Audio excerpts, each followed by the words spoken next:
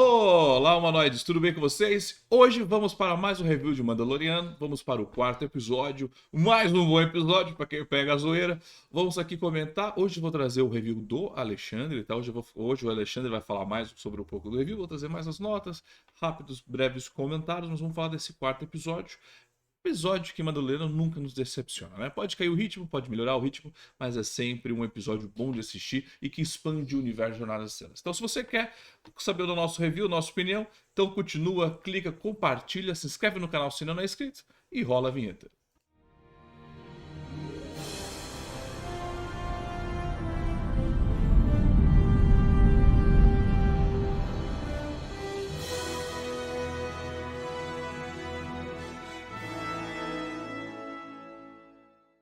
Bom, Mandaloriano sempre nos surpreende com um bom roteiro.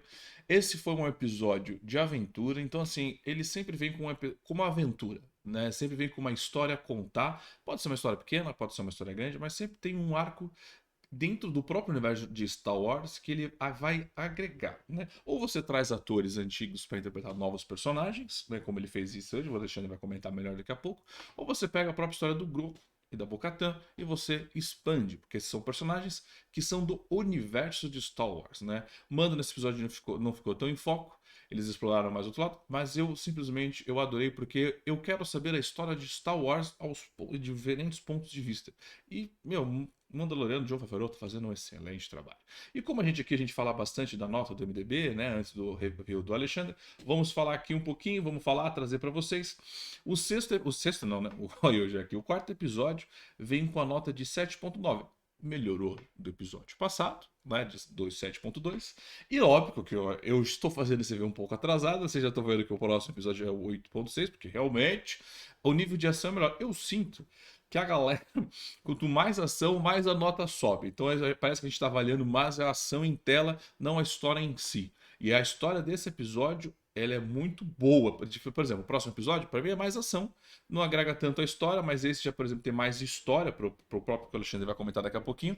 Mas não tem, mas a galera eu vejo que peca nisso. Eu acho que a galera tá valendo mais a ação.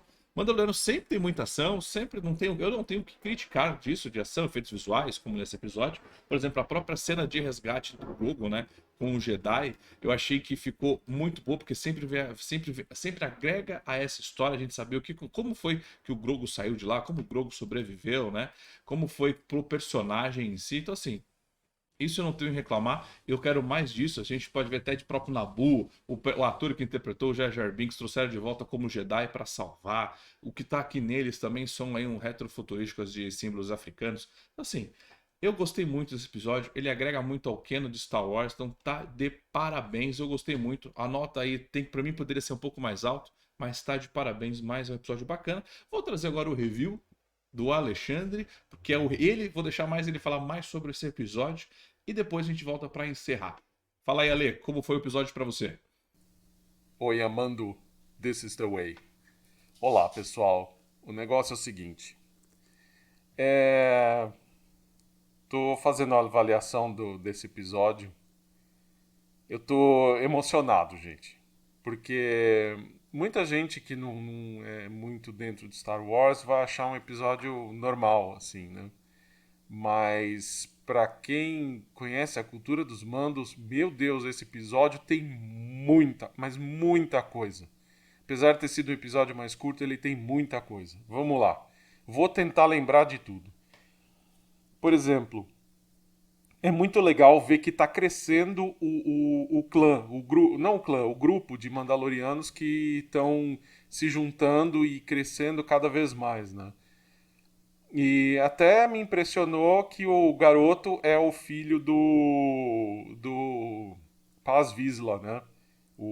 Esqueci o nome dele, do garoto lá. Então ele é um Vizsla, aquele garoto. Aí todo mundo tava achando que a Bo-Katan, e dá pra ver que o Paz Vizsla ficou muito grato pela Bo-Katan ajudar eles e pelo Mando ajudar eles, e sempre tinha uma tensão entre eles, né? E essa tensão, esse episódio mostrou uma forma de diminuir essa tensão, então eu acho que eles vão ficar cada vez mais unidos. E tem que lembrar uma coisa, a Bo-Katan ela era a segunda em comando do Tar Vizsla. E isso é importante. Tar Vizsla não. Esqueci. O Vizsla. Que é parente dele. A gente não sabe se é pai, se é tio, o que é. Mas ela era a segunda em comando. Para quem assistiu o Clone Wars vai saber disso.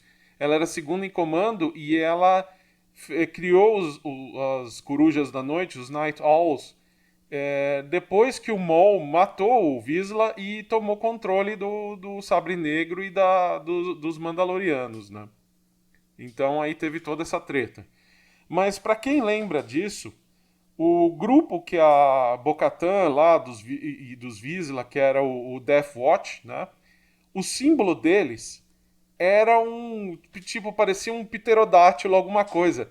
Que por acaso, pelo que falaram, isso é canon, é esse bicho aí que capturou o garoto. O Ragnar, agora lembrei. Então o nome dele deve ser Ragnar Vizsla. O detalhe é que se tem esse bicho aí, provavelmente o planeta onde eles estão não é muito longe da constelação onde tem Mandalore. Então isso é uma coisa muito importante porque você vai perguntar por que eles estão num planeta tão peçonhento, cheio de bicho tão malvado, correndo o risco de ser atacado e morto o tempo todo. Deve ter uma importância. Esse planeta onde eles estão escondidos deve ter uma importância para a cultura dos Mandalorianos. Por isso que eles estão lá. Justamente para crescer o clã. Esse episódio foi bom, essa interação da Bo-Katan. Vamos falar, mostrou pouco o Mando, mostrou um pouco do Grogu, né? Em termos de Grogu, foi muito importante esse episódio, porque mostrou como ele foi salvo do Templo Jedi. Mas eu já vou voltar nisso, que é muito importante. O Jedi que salvou ele é um Jedi muito importante, o mestre, né?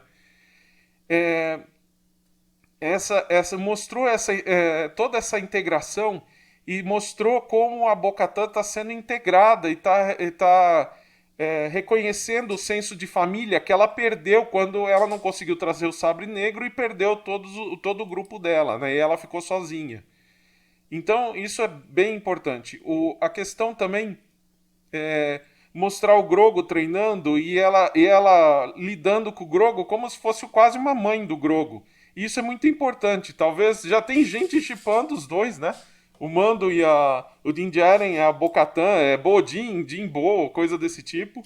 Eu não sei se vai chegar a esse ponto, mas essa relação de maternidade que ela vai ter com o Grogu, ou vai ter mais pra frente também com o Grogu, é muito importante para crescer toda essa coisa.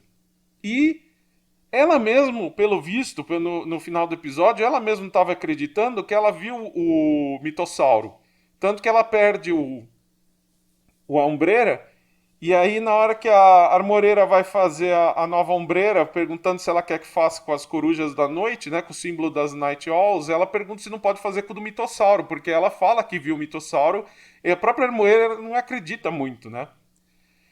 Então, isso também é importante. Alguma coisa está crescendo. A Bo-Katan, ela está crescendo como pessoa e eu acho que isso, apesar de não ter dado muito foco no Din Djarin, eu acho que isso é super importante para o seriado em si.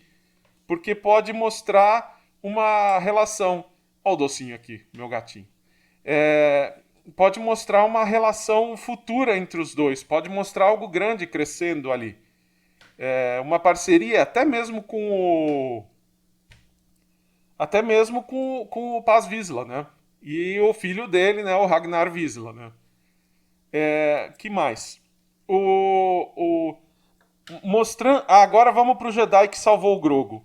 Até aí não tem muita diferença, legal que mostrou o pessoal do 501 ou seja, pessoal com armaduras de verdade, não é simplesmente tira o rabo daí, Docinho.